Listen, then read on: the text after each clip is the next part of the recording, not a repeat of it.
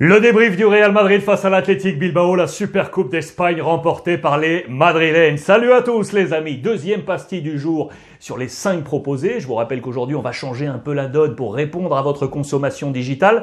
Au lieu de vous proposer une longue revue de presse, je l'ai découpé en 5 parties. Déjà posté la Coupe d'Afrique des Nations, à suivre le Barça, notamment plein de petites choses aujourd'hui au programme. Aujourd'hui donc, côté information Real Madrid, c'est la victoire dans cette Supercoupe avec deux hommes forts, Luka Modric et Karim Benzema. On va ouvrir cette presse espagnole juste avant. Le temps pour moi de vous rappeler que ce soir, il y a un gros rendez-vous. Vous le savez, dorénavant, je suis sur Brut Live. Eh bien, ce soir, monsieur Mehdi Benassia, ex-capitaine de la sélection marocaine, la Juve, la Roma, le Bayern Munich, l'Udinese et Marseille, Clermont du côté de la France. Il sera avec nous une heure en live pour répondre à toutes mes questions, mais également avec vous. Vous avez la possibilité de chatter en direct, voire de lui poser une question via le petit écran de votre téléphone. Je vous montrerai tout ça ce soir. C'est à 19h. Vous téléchargez l'application Brut Live sur l'App Store. Elle sera bientôt disponible, vous le savez, sur Android.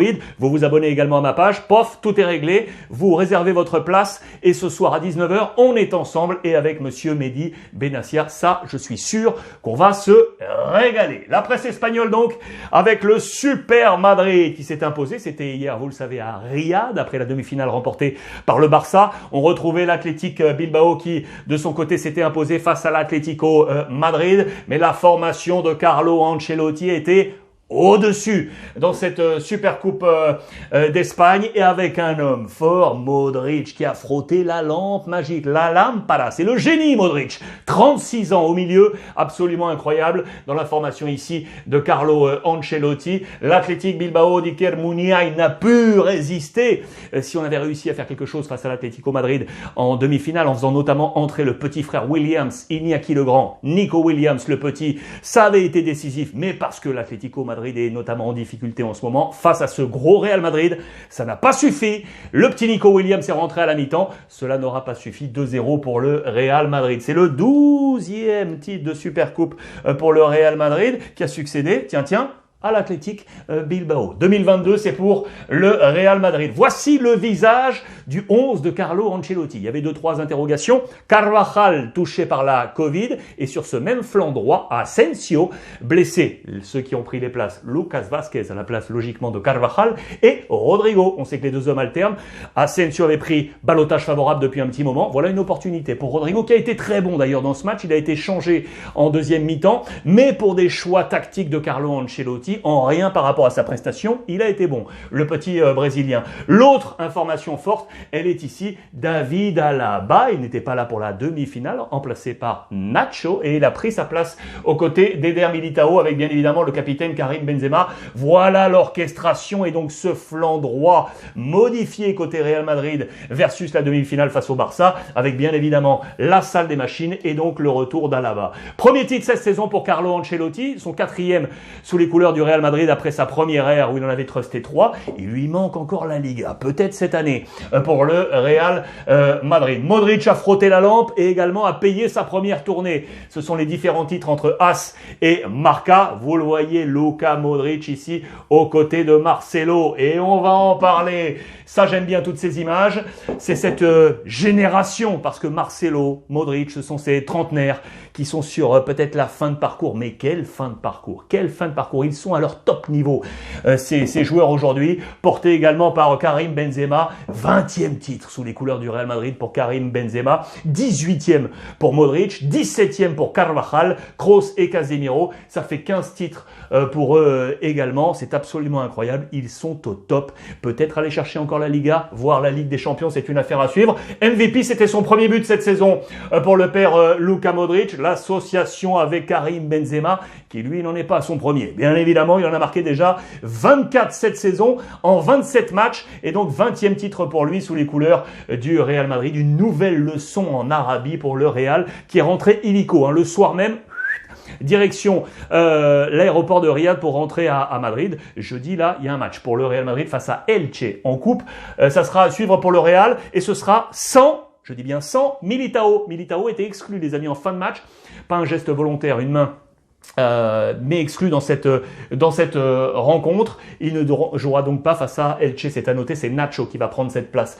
Donc buteur Karim Benzema, vous le voyez sur penalty, les notes ont été largement favorables au Real, avec notamment donc Modric, vous le voyez ici, qui a pris un 3 sur 3, Kroos 3 sur 3 également, 2 sur 3 pour Karim Benzema, tout comme Ferland Mendy avec un 2 sur 3. Et je voulais également vous montrer ça parce qu'on a eu un super Thibaut Courtois, l'international belge qui a été énormissime. Il a stoppé un penalty à la 69e minute face à Raúl Garcia. Regardez avec ce pied-là qui enlève ce ballon. Voilà qui est joué pour lui. J'ai adoré également dans ce match le geste de Carlo Ancelotti. Vous l'avez vu, Marcelo n'était pas dans le 11 de départ, mais il va le faire entrer en jeu dans cette rencontre. Pourquoi? Pour qu'ensuite Karim Benzema lui donne le brassard de capitaine pour qu'il puisse lever ce trophée. Car avec ce trophée, il est devenu le recordman, les amis. Le recordman de trophées. Regardez, 23e trophée pour Marcelo sous les couleurs du Real Madrid. 4 Ligues des Champions, 5 Ligas, 2 Coupes du Roi, 5 Supercoupes d'Espagne, 4 Mondiales des clubs, 3 Supercoupes d'Europe. C'est absolument incroyable. Et avec ça, il égale donc le grand mythique Paco Gento. Il faut dire que Gento, c'était uniquement quasiment des championnats, et des ligues des champions. C'est peut-être un peu plus glorieux que les différents titres de Marcelo, mais ça reste un chiffre. 23-23 devant Ramos à 22 et Karim Benzema donc à 20. Marcelo qui fait partie de ce 5 là, les 5, ce quintuplé, ce quintet de Brésiliens, Marcelo, Vinicius, Militao, Rodrigo, Casemiro, et vous le savez, Marcelo, à la fin de la saison, il nous dira bye bye. La fin d'un nouveau cycle après celui de Roberto Carlos pendant une décennie, la décennie de Marcelo. Ce flanc gauche va perdre une nouvelle fois un Brésilien, mais l'Armada derrière suit avec le Français Ferland Mendy. Je voulais vous montrer tout ça. Donc Carlo Ancelotti, super Carlo. Il lui manque plus que la Liga peut-être à mettre dans sa poche avec le président Florentino Pérez qui était très heureux de ce titre.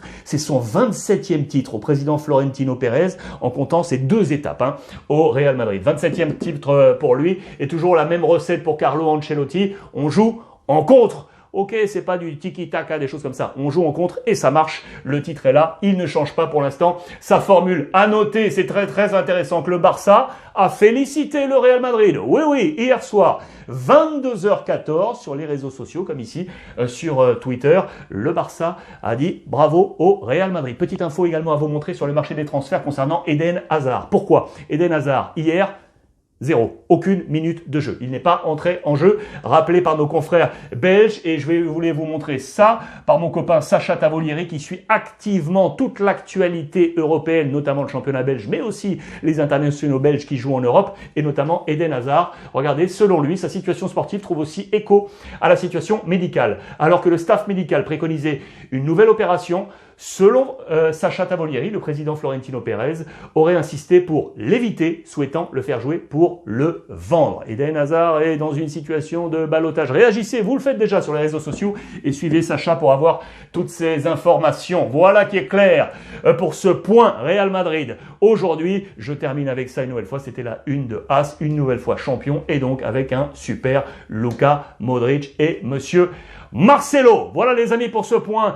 Real Madrid. Profitez des vôtres comme d'habitude. Prochaine pastille, ça sera sur le Barça. À tout de suite.